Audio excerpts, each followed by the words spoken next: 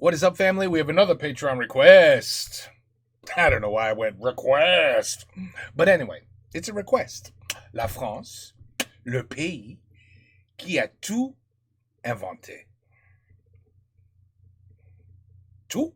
Vraiment? Tout. OK. Tout. Toutes ces choses-là? Vraiment? Bon, les chiffres de la chaîne sont plutôt bons, on a plusieurs vidéos qui ont dépassé les 100 000 vues. Là, il nous faudrait quelque chose pour terminer 2025 en beauté. Quelque chose de polémique, quelque chose qui génère du commentaire, quelque chose de trash, tu vois, un truc... Quelque chose de trash. On pourrait... Ouais, vas-y. Tu me dis si c'est trop ou si ça va trop loin. Ouais, roule. Mais je me disais, vu le bordel actuel, avec les gouvernements successifs qui font tout pour flinguer les 2-3 trucs qui tiennent encore debout en France... Tu veux parler politique? Ici, non, sur la chaîne, bien plus vicelard que ça encore. Non, vraiment un truc, mais tellement border, le sujet qui va tellement titiller, ça va déclencher des commentaires, des débats, on va se faire insulter, les gens vont se manger entre eux tellement ça va les énerver. Ok, je te suis. Alors vraiment, je me disais, juste dans cette vidéo, attention, hein, est-ce que, exceptionnellement, aujourd'hui, on dirait pas du bien de la France? Juste... Ah mais carrément, mais t'es chaud. Ah ouais, genre, en Mais fait, t'es en chaud. France, on a des trucs bien, on a fait ça, on peut être fier de notre héritage. Tu crois que c'est trop ou... Ah non, c'est très bien, Parce que tu quand même, rigoles, c'est très You should be proud of your heritage. bien. Non, mais beau geste. Par contre, je vais juste chercher mon gilet pare-balles. Ouais, Quoi? Deux. Oh, deux. Je te demande pas ce que tu fous. J'essaye de me montrer digne de notre héritage, des scientifiques qui nous ont précédés. Ainsi, en leur illustre compagnie, je n'aurai plus honte désormais. Parce que tu comptes calancher dans la minute, là? Bah non, pourquoi? Parce qu'on dit ça uniquement quand on est sur le point de passer à patresse, sinon t'as aucune raison de te retrouver en leur illustre compagnie. Non, mais illustre dans la vidéo ou sur un Hall of Fame, je sais pas. Hein. Bah si tu sais pas, tu dis pas. Du coup, une explication? Et j'essaye de révolutionner le repas, il faut que ce soit rapide, Comme Wayfood, tu veux dire? bon, Comme Wayfood, tu veux et dire? avec tous les nutriments nécessaires. Comme Wayfood, tu veux dire? Non, ce que je veux dire, c'est qu'on passe beaucoup de temps en cuisine, à mijoter des petits plats, sur les marchés, à chiner les bons ingrédients, mais on n'a pas toujours le temps. Des fois, on est en rush de Is this a collaboration? tournage, on est sur la route, on est en réunion. It is. I know what this is. Et voilà, moi, ce que je veux, c'est pas bouffer n'importe quoi. Je veux retrouver cette sensation I want to see if this is the same thing that we have. avec des bons produits. Donc voilà, j'essaye de trouver un système là pour à manger et à boire, rapide, bon et pratique. Comme Wayfood, tu veux dire? Bah peut-être. Parce que Wayfood, c'est des dizaines de saveurs, dont la nouvelle barre Choco Strawberry. C'est délicieux, Quoi? c'est des protéines d'amande, du sucre, des fraises et bien d'autres trucs avec seulement 2,7 grammes de sucre. Okay, yeah, why food? Okay, wait, c'est la bouffe dans la bouteille. Okay, wait. Wait. I thought it was gonna be like Hello Fresh. You see, they will. You see, I mean, it's probably everywhere, but they have something called Hello Fresh, and there's others where you can order food. You can order a dish, and they'll send you the ingredients with the exact directions of that dish. So you could end up having a steak with potatoes, some broccoli or some shit, and they send you all their fresh ingredients. Tells you how long it's going to take to prepare it and cook it, et voilà. Je croyais que c'était ça, mais ça c'est la bouffe dans la bouteille.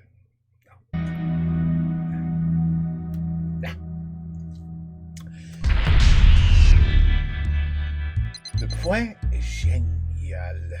Le 13 octobre 2025, Genius? le prix Nobel Genius. d'économie a été attribué notamment au français Philippe Aghion pour ses travaux sur la croissance économique fondée sur l'innovation, pour sa théorie de la croissance soutenue par la destruction créatrice. Et alors normalement je parle pas spécialement d'économie, encore que on va y revenir, il y a 2-3 vidéos qui sont prévues, mais là ça rentre totalement dans le cadre de l'innovation scientifique. Puisque ces recherches ont permis de comprendre comment la productivité d'un pays est naturellement stimulée par l'innovation, par la recherche de nouvelles technologies plus propres, plus efficientes, et comment cet écosystème permet à une nation de prospérer. Les travaux des lauréats nous rappellent que nous ne devons pas considérer le progrès comme acquis.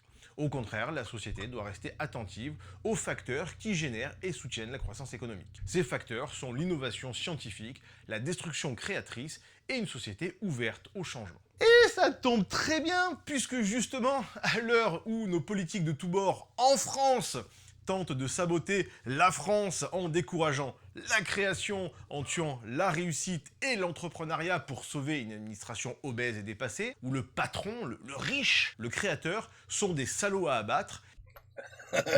Nous aussi.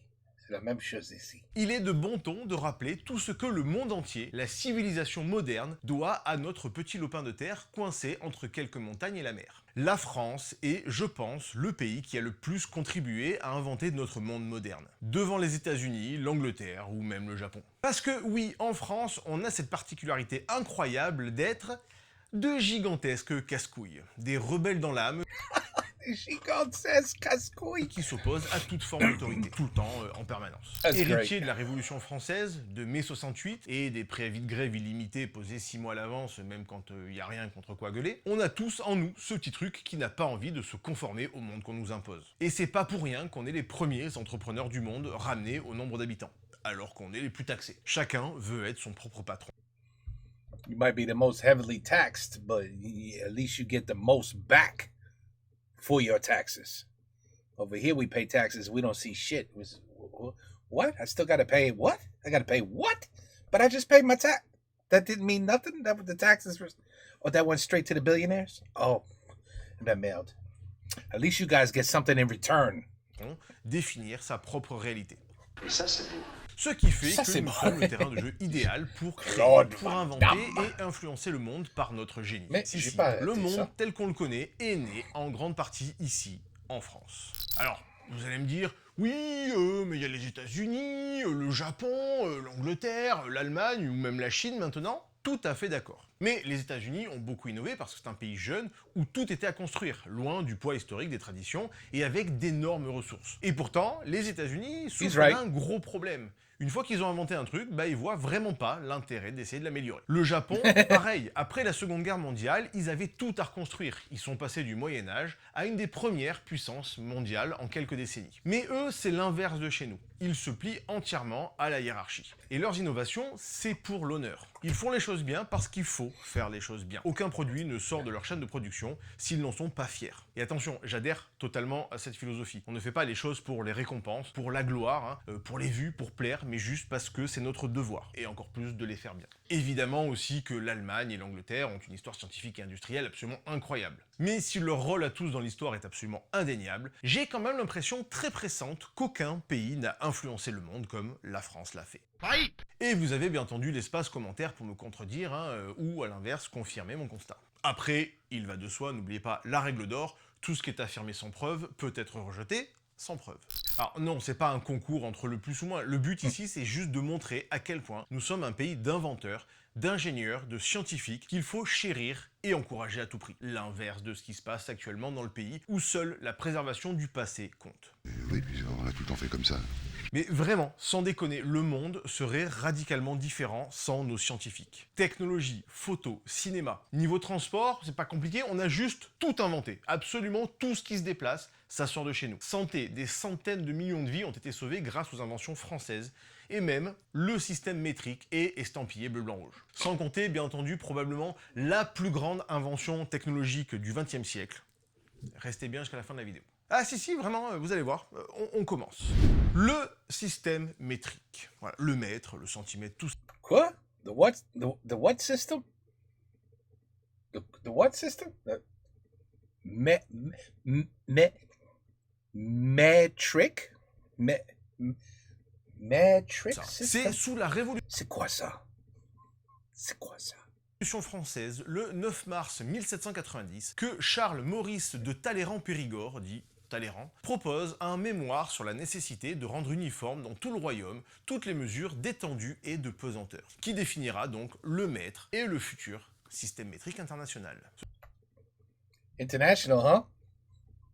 International, he says. Ce sont ensuite deux ingénieurs français, Jean-Baptiste Delambre et Pierre Méchain, en France, qui vont mesurer et déterminer le mètre, ainsi que toutes les mesures qui en découlent, le litre, le kilogramme, etc. Liter, Kilogramme. C'est quoi ça? Que le monde entier utilise aujourd'hui. Tout le monde, sauf... Enfin, le monde entier... presque. Le système métrique est I knew it was coming. I knew it was coming. décimal. Hein, le mètre et le kilogramme sont nés ici, Eh chez nous, oui. en France, à la fin du XVIIIe siècle. We just had to Vous change savez it. quoi? We On had to en be parler different. dans une vidéo complète, genre la semaine prochaine, tellement il y a de choses à dire juste sur cette épopée. Parmi les industries les plus puissantes, influentes et incontournables du monde, le fantasme de millions de personnes et le divertissement de milliards, il y a bien entendu le cinéma, et avant ça, la photo. Et ça aussi, ça tombe bien pour cet épisode, puisque les deux ont été inventés chez nous. 1822, Oh. Joseph Niepce, dit Nicéphore Niepce, parce que oui, Nicéphore, ça pète quand même carrément plus la classe que juste Joseph, désolé pour les Joseph qui nous regardent, s'inspire des travaux en chimie du français Jacques Charles, physicien français qui a créé le premier ballon à hydrogène, on va y revenir, le premier truc artificiel au monde qui vole, de Thomas Wedgwood et de John Herschel, combine tout ça et arrive à prendre la toute première photo du monde. Ouais, je sais, c'est dégueulasse comme ça, mais si on plisse les yeux, ça ressemble à une vidéo de 12 par 7 en termes de qualité visuelle. Mais voilà, c'est la toute première. C'est Oh ensuite là là. l'associé de Niepce, le français Louis Daguerre, qui perfectionne le procédé qui est officiellement présenté le 7 janvier 1839. Et en 1869, les inventeurs français Louis Ducos de Oron et Charles Cros présentent leur invention à l'origine de la trichromie, la prise de photos en couleur. Ces inventions mèneront à celle des deux frangins byzantins, le cinoche. Auguste Lumière, qui est né dans la maison juste en face de celle où est né Victor Hugo d'ailleurs, c'est très marrant, on en a parlé dans cette vidéo, et Louis bossent sur la photo. Ils améliorent les procédés, déposent à eux deux plus de 170 brevets, et un jour ont l'idée d'enchaîner les bouts de photos en une série de clichés pour capturer le mouvement. Ils inventent alors le cinéma en 1895. Et même s'il y a encore du beau linge qui arrive après ça, je sais pas s'il y a beaucoup d'inventions qui auront une telle influence sur le monde. Comment ? Oui, pardon. Oui, ok. Les films animés existaient avant ça. Ah mais oui. c'était une série de dessins peints directement sur la pellicule qui s'enchaînaient, pas une série de photos. Mais de toute façon, c'est aussi un Français, Charles-Émile Reynaud, qui a créé les premiers métrages en 1892. Et Ah. qui est le premier à expérimenter les effets spéciaux, à qui on doit les toutes premières illusions cinématographiques? Au Français Georges Méliès.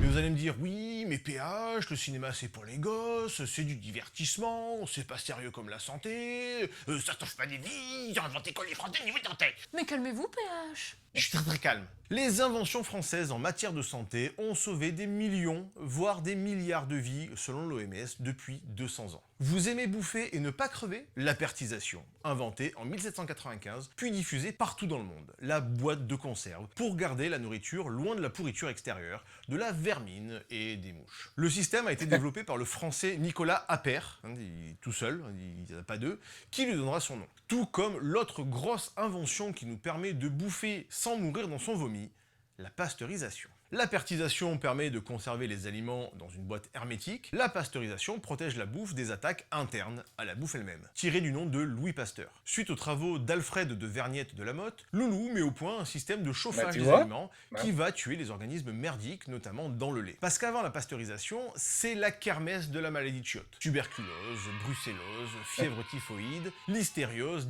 AIDS. diphtérie, No, I mean not AIDS. No, I'm tout sorry. pour passer un très bon moment à La sida. Non, c'est pas ça. à se vider jusqu'au trépas honteux. Grâce à ces deux techniques, l'OMS estime que des dizaines de millions de vies ont été sauvées, essentiellement des gamins, entre 1900 et 1950. La mortalité infantile chute de plus de 80% dans les pays qui adoptent la pasteurisation. Autre Tu technique vois. de prévention, autre découverte de Louis Pasteur, le vaccin contre la rage en 1885. Il existait déjà celui contre la variole qui tire son nom d'un virus cousin, la vaccine, vidéo complète ici. Mais c'est grâce à ce vaccin que Pasteur doit administrer en urgence à un jeune berger mordu par un chien qu'on se rend compte de la puissance de cette technologie. Ça ne paraît pas, hein? Habituellement, la rage, l'issue est fatale. La mortalité de cette maladie est terrible, près de 100%. Et ce traitement montre son efficacité et se généralise donc au monde entier. Le vaccin contre la rage aurait sauvé entre 100 et 200 millions de vies humaines depuis 1885.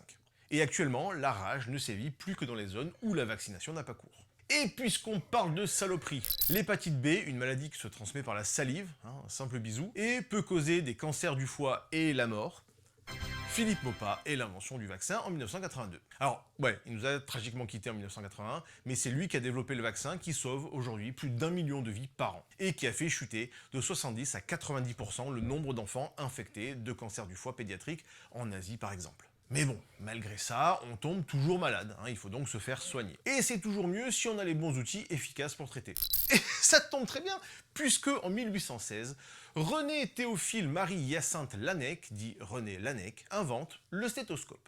Le truc est carrément devenu le symbole même de la médecine. Excuse-toi du peu. Alors, bon, ok, lui il est breton quoi. Mais bon, on va dire qu'il est français quand même. Ah bon?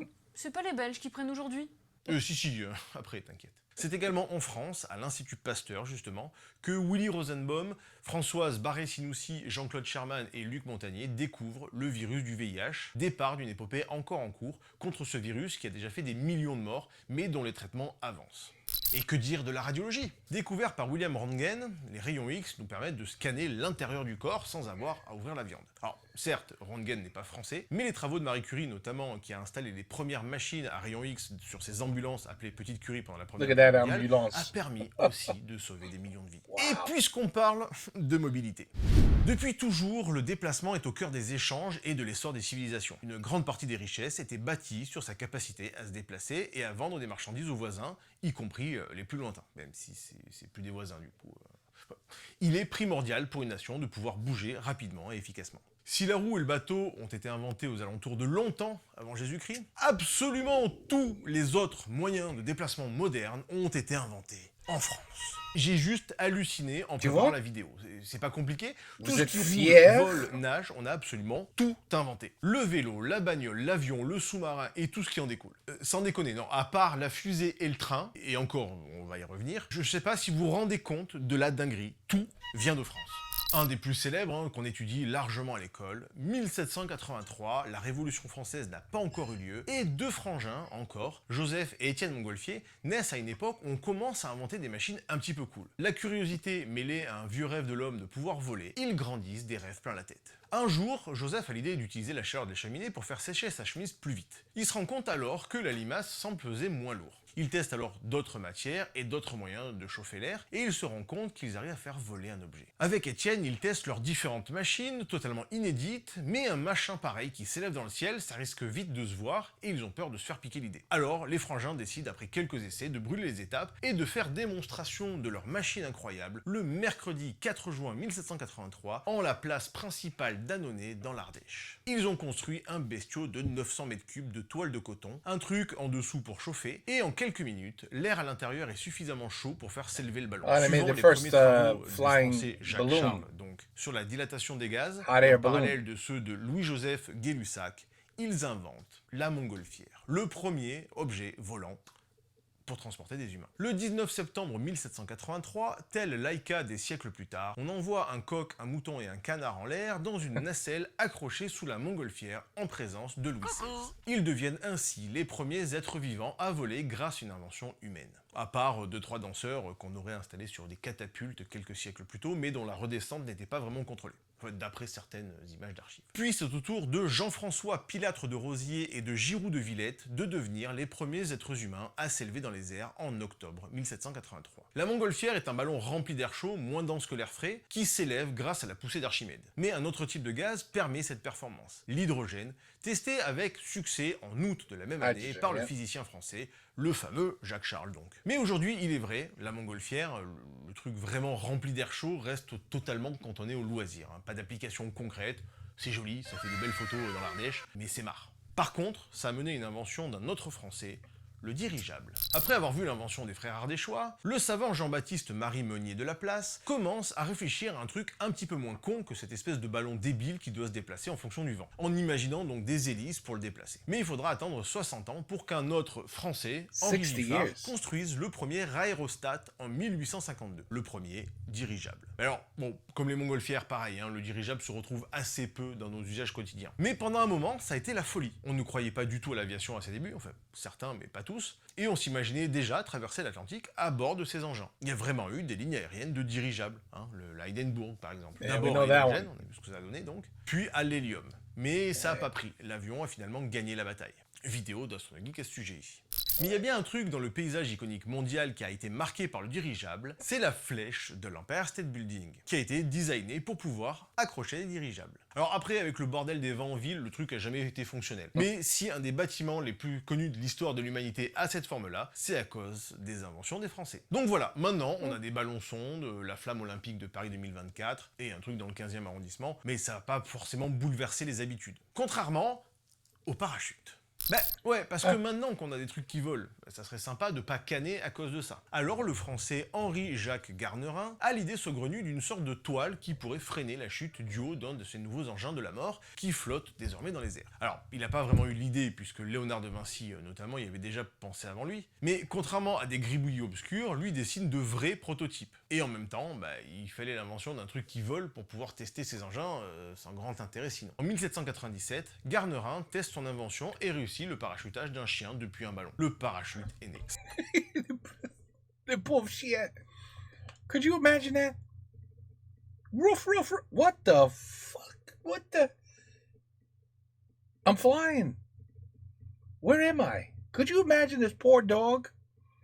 They threw a dog in. I mean, I guess it's like sending a monkey in a rocket, but damn, the poor dog. Sa femme, Jeanne Labrosse, devient la première femme parachutiste au monde le 12 octobre 1799.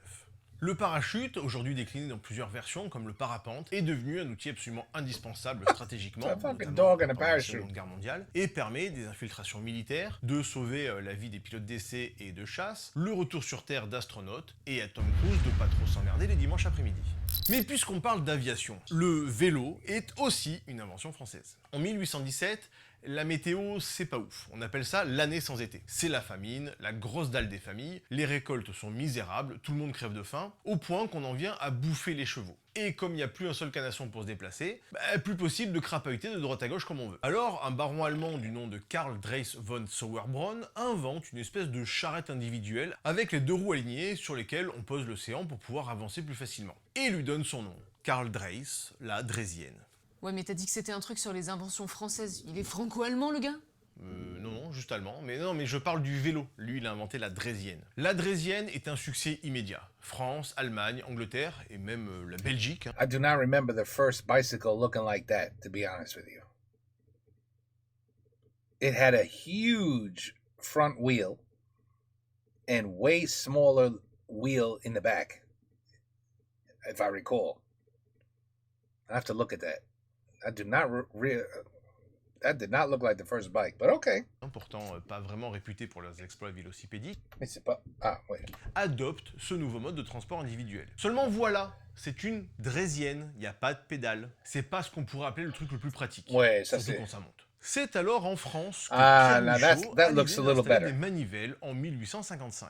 Alors, c'est sujet à controverse parce qu'il ne dépose son brevet qu'en 1868. Un autre Français, alors, Pierre Lallemand, revendique lui aussi l'invention, tandis que les anciens associés de Michaud, André et Aimé Olivier, contestent son rôle d'inventeur, tout en sachant qu'une autre société française, Sargent, commercialise aussi des vélos à pédales. Donc on n'est pas exactement sûr d'où ça vient, mais en tout cas c'est sûr, ça vient de France. Et tant qu'on y est, puisque jusque-là Ok. les pédales étaient directement fixées sur la roue avant, c'est le français Charles Desnos qui invente le système de That's propulsion what sur la roue I remember. arrière avec une chaîne Something like en that. 1869. Et c'est un français, Paul de Vivy, qui invente le Ah ben. dérailleur en 1906. Et alors oui, au début, c'était des roues en bois. Je vous raconte pas le tape-cul sur les routes de merde de l'époque. Il a fallu attendre 1888 pour que l'écossais John Boyd Dunlop, c'est chiant à dire, invente le pneu, qui était juste en fait une bande de caoutchouc qu'on collait directement sur la roue. Mais c'est Édouard Michelin qui invente le premier pneu démontable en Michelin. 1891 avec Michelin. une chambre à air bien Michelin. plus confortable. Et aujourd'hui, le vélo, c'est des milliards d'unités dans le monde. Pour certains, le seul moyen de transport. Il a permis de désenclaver des régions entières, il est à l'origine de la plus grande course du monde, et c'est le mode de transport individuel aujourd'hui le plus pratique pour désengorger les villes saturées. Le vélo, n'en déplaise à mon ennemi juré des mois de juillet, et globalement de tous les jours de compétition vélocipédiste et néanmoins ami contre un H, est une histoire profondément française. Et en même temps, ça se comprend. C'est beau la France. Et c'est d'ailleurs en France également bon. qu'est né le concept du Vélib, repris C'est bon. partout dans le monde. Né à La Rochelle en 1974, sous l'impulsion du maire de l'époque Michel Crépeau, l'idée du vélo en libre service est lancée à plus grande échelle à Copenhague en 1995, puis à Paris en 2007, où là, ça devient une véritable star. Le concept fait des émules et est repris partout dans le monde. Et pour avoir voyagé entre avant et après la démocratisation des Vélib, je peux vous assurer que c'est le jour et la nuit. Visiter Londres ou New York, vu la taille des bousins, c'est qu'à mieux avec des vélos en libre service. Ça change la vie. On profite tellement plus avec ça. Et pour aller à New York, le plus simple encore, c'est de prendre l'avion. Oh bah tiens, c'est français aussi l'avion. Vous avez appris à l'école que c'était les frères Wright qui avaient inventé l'avion. C'est de la merde. Voilà. C'est Clément Ader. C'est lui qui invente le mot avion, de avis, Really? avion, sur lequel il travaille depuis 1890. Enfin, il arrive à faire voler un truc en 1890, parce qu'en fait, ça fait déjà 20 ans qu'il travaille à faire voler des engins. Bon, après, clairement, on va pas se mentir, il est vrai que les frères Wright ont posé une sacrée pierre à l'édifice de l'aviation avec le premier avion à moteur, tout comme Otto Lieutenthal avec son planeur, mais voilà, je veux rien savoir. Premier, Clément Ader. Et elles sont pas nombreuses, les inventions, à avoir autant marqué le monde que l'aviation. Je vais pas vous faire le topo ici, il faudrait une chaîne entière directement dédiée à ça, mais juste, voilà, l'avion. Et parmi tous ces engins français incroyables, comme l'A380, l'A400M, le Rafale, et bien entendu, le Concorde. Pionnier et seul avion de ligne commercial supersonique. Concorde Il reste was un fleuron nice. incroyable du savoir-faire français. Et puisqu'on est dans ce qui vole, l'hélicoptère. Premier vol à bord d'un engin à voilure tournante, c'est-à-dire que ce sont des ailes qui tournent autour de l'appareil, c'est pas des hélices qui aspirent l'air, c'est vraiment pour créer le même effet que les avions. Louis-Charles Breguet à bord du gyroplane Breguet-Richer numéro 1 le 24 août 1907. Wow. Encore un français. Alors, bon ok, Ariane, les fusées, c'est pas proprement parler une invention française. On en a parlé là, je sais plus dans combien de vidéos. Mais c'est à l'initiative de la France que l'Europe a pu développer un programme spatial ambitieux et cohérent, avec notamment Ariane et ses multiples exploits. Tous les détails, ici. Et qu'est-ce que je voulais que je vous dise? On est tellement toujours sur les bons coups que même le sous-marin, inventé certes par un Américain, Robert Fulton, a été développé en France, en 1800. Et comme pour le parachute avec la montgolfière, c'est un Français, Manuel Théodore Guillaumet, qui a inventé le premier scaphandre autonome. Le truc qui te permet de te balader sous l'eau en 1838. Adapté à la plongée par le Français Benoît Rouquayrol en 1864 et inauguré en 1926 par le capitaine français Yves Le Prieur, avant que les Français Émile Gagnant et Jacques-Yves Cousteau le perfectionnent pour en arriver au modèle utilisé aujourd'hui partout dans le monde. Voilà, qu'est-ce que vous voulez que je vous dise? 2 fois. Ouais, j'ai écrit 2 fois la même chose, tellement... voilà, on a tout inventé. Montgolfière, dirigeable, parachute, vélo, avion, hélicoptère, sous-marin, scaphandre. Incroyable. Vous êtes incroyable. Et le foie gras. I mean, come on. What more could you want? Et des pains au chocolat. I mean, France did it. I mean, that's it. You can't compare. Qu'est-ce que j'ai oublié? Putain, la bagnole. Quelle invention a autant marqué le monde que la bagnole? Symbole de liberté, de luxe, marqueur social ou outil indispensable. La 2 chevaux? Non, ça, c'est pas une bagnole. It's a toy. C'est pas un toy? Comment dire un toy? Comment dire un toy? Merde. Je sais pas comment dire un toy. Wow, I don't know how to say toy. That's fucked up. On lui a consacré des films, des festivals, des villes entières sont dessinées pour elle, pour le meilleur et pour le pire. La bagnole est une culture à elle seule. Et c'est même devenu un des principaux problèmes écologiques, tellement cette invention est géniale, universelle, simple et donc trop développée partout. Et la toute première, l'ancêtre commun à toutes ces bagnoles, c'est le fardier de Cugnot. Premier chariot autonome propulsé à la vapeur, inventé par le français Joseph Cugnot en 1769. Bordel, la Révolution française n'avait même pas encore eu lieu. Et première bagnole autonome moderne, on va dire, même si c'est toujours à la vapeur, par Amédée Bollée en 1873. Première bagnole alimentée au gaz puis au carbure de pétrole, Édouard Delamarre-Bouteville en 1883. Un an avant Karl Benz, et tout ça en se basant sur les travaux précédents du moteur à piston de Denis Papin en 1673 et de Beau de Rochas en 1870. Première bagnole électrique, Gaston Planté en 1865. J'arrête là, mais bordel, Ça, je savais, ouais. j'espère que vous vous rendez compte de la folie du truc, à quel point on est créatif en France. Il est de bon ton de cracher sur des idées de merde, genre les avions renifleurs, sur nos échecs, notre retard, de s'autoflageller en permanence, mais au moins sur ce point, d'un point de vue technologique et scientifique en matière de transport, en France, on a juste tout inventé. Et la moto? On l'a pas inventé, la moto? La moto? Putain, il a oublié la moto. Ah non, non, c'est bon, non, Louis-Guillaume Perrault, 1869. Ah ouais? Et les grôleurs? 17e siècle, mention de souliers munis de petites roulettes par Jean Bérin, et 12 novembre 1819, premier brevet de patin à roulettes déposé Ah ben, dis donc, regarde ça. Good luck. Good luck riding that. Woo. par Charles Talk about broken ankles. Louis Petit-Bled. Puis, 21 août 1849, Louis le Grand dépose un brevet pour une paire de patins de roues alignées et jumelés. Et le char d'assaut, c'est français aussi? 1903, capitaine Léon-René Levavasseur. Et la trottinette? Ah non, bah ça non, c'est bon, ok. On n'a pas inventé le train, la fusée, le skateboard et la trottinette. On va s'en remettre. Non, vraiment, j'insiste, hein, l'héritage de la France est juste colossal. Nos inventions tricolores ont changé la face du monde comme jamais. Que ce soit en matière de divertissement, Ben bon. de santé, de transport ou même de technologie. Avec une autre invention du niveau du maître, du cinéma ou de la bagnole, une invention numérique. Mais avant d'en parler, je sais que ça fait marrer à chaque fois que j'en parle, mais le Minitel. Aujourd'hui, bon, ok, c'est totalement dépassé, mais il faut se remettre dans le contexte de l'époque. On est en 1982. Les ordinateurs personnels, c'est encore juste de la science-fiction pour l'immense majorité des gens. Et le Minitel est mis à disposition de 25 millions de foyers. 25 millions. Horaires SNCF, annuaires interactifs, billets de concert, And you guys had your own internet at one point. See, I saw that video too. You guys had your own internet. banque en ligne, messagerie, porno, 15 ans avant la démocratisation d'Internet. What? You guys invented porn? Well, you know what they say, the French, they know what they're doing in bed more than anyone else. That's what they say. That's what they say. Partout sur le territoire français, on avait accès à cet équipement unique au monde. Personne, ni aux USA, ni au Japon, ni en Allemagne ou en Angleterre, n'a réussi un déploiement aussi massif et économiquement viable avec des machines aussi efficaces. Le Minitel en France, c'était l'avenir. La France est la seule nation à avoir réussi un déploiement massif, national et gratuit. Le problème est un manque de vision politique qui a empêché cette invention d'évoluer avec la technologie pour au final tomber en désuétude. Mais il a bâti des fortunes qui ont permis à des centaines d'entreprises du numérique de voir le jour ensuite. Xavier Niel, qui a ensuite fondé Free et qui a révolutionné l'Internet, c'est un ancien du Minitel. Jean-David Blanc, qui a ensuite fondé Allociné en 1993, à l'origine c'était un annuaire cinéma sur Minitel et téléphone, puis un site web. Ou Marc Simoncini, qui a fait fortune dans le Minitel Rose avec Xavier Niel justement, qui lance Mythic en 2001, qui est devenu la première appli de rencontre sérieuse, le premier grand site de rencontre en Europe et qui a rendu la pratique grand public menant à Tinder, voilà, et à un marché colossal de plusieurs milliards d'euros annuels. Alors, ouais, on est d'accord, c'est pas la plus grande avancée de l'humanité, clairement. Mais il n'empêche que la France a aussi joué un rôle majeur. Parce que, ouais, on cite toujours les GAFAM ou TikTok comme des leaders mondiaux niveau appli, mais en France non plus, on n'a pas à rougir. Doctolib, Blablacar sont devenus des références mondiales dans nos usages quotidiens, au même titre que Uber ou YouTube. Et en parlant de YouTube, même Dailymotion est une histoire incroyable à la française. Même si, là encore, la politique a tout saboté ce projet.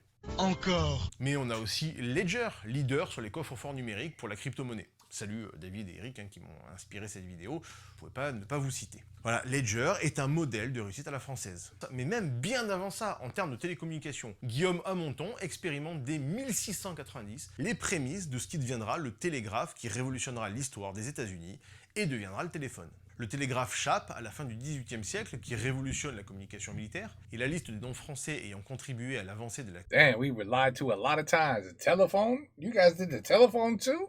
communication rapide à distance est immense. On en a parlé déjà dans plusieurs vidéos. Toujours en termes de communication, le braille, la lecture des hiéroglyphes, Louis Braille et Jean-François Champollion. D'un point de vue social, la France a été le premier pays à abolir l'esclavage dans ses colonies. Les droits de l'homme et du citoyen, je vous jure, c'est tellement hallucinant tout ce qui est né en France, j'ai dû tout revérifier 6 fois tellement j'y croyais pas. Comment un si petit pays en taille a pu autant influencer l'histoire du reste du monde? Notre programme nucléaire aussi, évidemment, qui fait de nous un des exemples mondiaux en matière de décarbonation. Le nucléaire est né chez nous, en France, avec la découverte d'Henri Becquerel en 1896, puis les travaux de Pierre et Marie Curie. Et notre politique énergétique nous permet aujourd'hui d'être le pays le plus sobre en termes d'émissions de CO2 au niveau mondial, malgré les discours mensongers de certains idéologues et, disons-le clairement, le sabotage méthodique de certains traîtres à la nation qui nous ont fait perdre des dizaines d'années dans ce milieu. Mais puisqu'on est dans la production d'électricité propre, c'est aussi un Français à Quoi? Was it Ben Franklin? With the kite? Et la clé? Non? Non? Alexandre Edmond Becquerel qui découvre l'effet photovoltaïque en 1839 qui mènera aux panneaux solaires. Et voilà, je vous en ai parlé. S'il y a bien une invention qui va mettre tout le monde I'm gonna go back and yell at all my teachers. d'accord niveau influence mondiale, c'est celle d'un petit inventeur français, Roland Moreno, la carte à puce. Je croyais que c'était Coluche, ça. No, I'm just kidding. Cette technologie équipe aujourd'hui des milliards de cartes bancaires sécurisées de par le monde. So you're the reason we're all broke and in debt. You guys made the credit cards? Oh, no wonder. Les cartes SIM de nos téléphones, les cartes vitales et des SIM centaines cards. d'applications annexes. Vraiment, dites-moi en commentaire si vous avez d'autres idées, d'autres exemples d'inventions qui ont eu un tel impact dans le monde que la CB. Vidéo complète, là ici également, mais ça commence à dater un petit peu. Well, you guys did see a snail crawling around and said, on peut manger ça. And then le escargot became a known delicacy around the world. See, you invented that. You invented that. Je la refasse. Bref, voilà, j'arrête ici. Yeah, hell. Évidemment que tout le monde se nourrit de tout le monde. C'est beaucoup de Les choses, inventions ça. françaises sont le fruit de recherches antérieures. Beaucoup de internationales, choses, ça. Les photos, le vélo, le vaccin contre la rage, Ariane et le Concorde. Mais entre le système métrique, le cinéma ou même la carte à puce, je sais pas s'il y a beaucoup de pays qui peuvent afficher un tel CV et une telle influence sur le monde moderne. Je sais qu'il est bon ton de cracher sur le pays actuellement, c'est bien vu, hein, surtout de la part de nos chers politiques, ces femmes et ces hommes censés nous représenter et porter le pays vers demain, mais qui passent leur temps à trouver des idées toujours plus connes les unes que les autres pour flinguer notre pays, regarder vers le passé, flatter un électorat qui n'est pas l'avenir, tout en ayant honte de notre histoire. Alors qu'il faudrait juste être fier de notre héritage scientifique, et comme le démontrent les travaux de Philippe Aghion, ce n'est qu'en favorisant la recherche et l'innovation qu'on pourra redevenir la grande nation qu'on était pour inventer des enjeux de demain, notamment en termes d'écologie par exemple. Il y a tout un monde à explorer, et ça passe en plus par une récompense qui est plutôt pas mal, la prospérité retrouvée de notre pays. Les Américains et les Chinois par exemple ont des moyens illimités, tant humains, financiers, ressources. Mais en France, nous avons une volonté et une ténacité que les autres pays n'ont pas. Gardons nos têtes pensantes chez nous, invitons les autres têtes pensantes, hein, regardez comme le pays est beau, hein, profitez-en. Parce que pour le coup, vraiment, en toute objectivité, le génie est génie.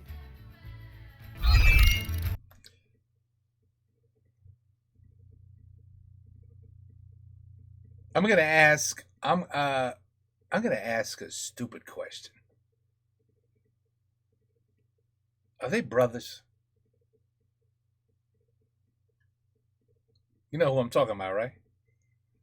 Est-ce qu'ils sont des frères ou juste des bons amis?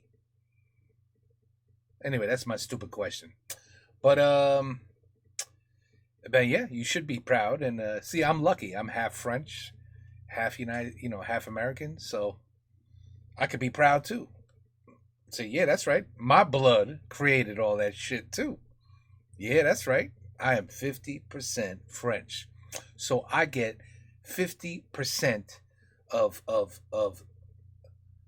don't I get what compensation for, the brilliance of French people? I get to take some of that, I get to say, "Hey, that's me. My relatives did that." Hey, I could say that. I'm allowed to do that. Uh-huh. Because, everything before my mother is 100% French. So, you know what? Now that I think about it, it could have been my great, great, great, great, great, great, great, great grandfather who made the bicycle. That's right. Could have been my grandfather. You never know. You never know. Anyway, we got lied to a lot then. Shit. Alexander Bell, Benjamin Franklin, but I don't think anybody. The brothers who made the plane. Yeah, we were told. Yeah, they invented the airplane. The bicycle, I'm not sure about the bicycle, but those early photos, that's the bicycle I remember. Big wheel, and then the second one, smaller wheel. But anyway, it's very interesting. Je savais pas. I almost want to Google a few of these things. What the hell, man? Like how what? That's some messed up shit. Like, why would you lie? Why would you say, we invented this, we invented that? I don't know. I guess, I mean, it's nothing to be embarrassed about because he's right. We are the youngest country there is out there in the world.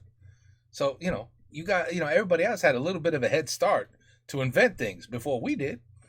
So why not just say it? Why? I tell you, I'm gonna have to do a little bit of Googling, even though he said he checked 6, 7, 8 times and he couldn't believe it either. But that's crazy. That's a lot of shit you guys invented. Damn. And porn too? Maman, tu attends ça? It's your grandparents invented porn, Mom. That's messed up. Wow. Je savais pas ça. Porn. La France. Tu vois? Vive la France. Vive la porn. Anyway, it's a good video. Interesting video. Okay? La France, le pays qui a tout inventé. Very interesting. Take care. Peace out. À la prochaine.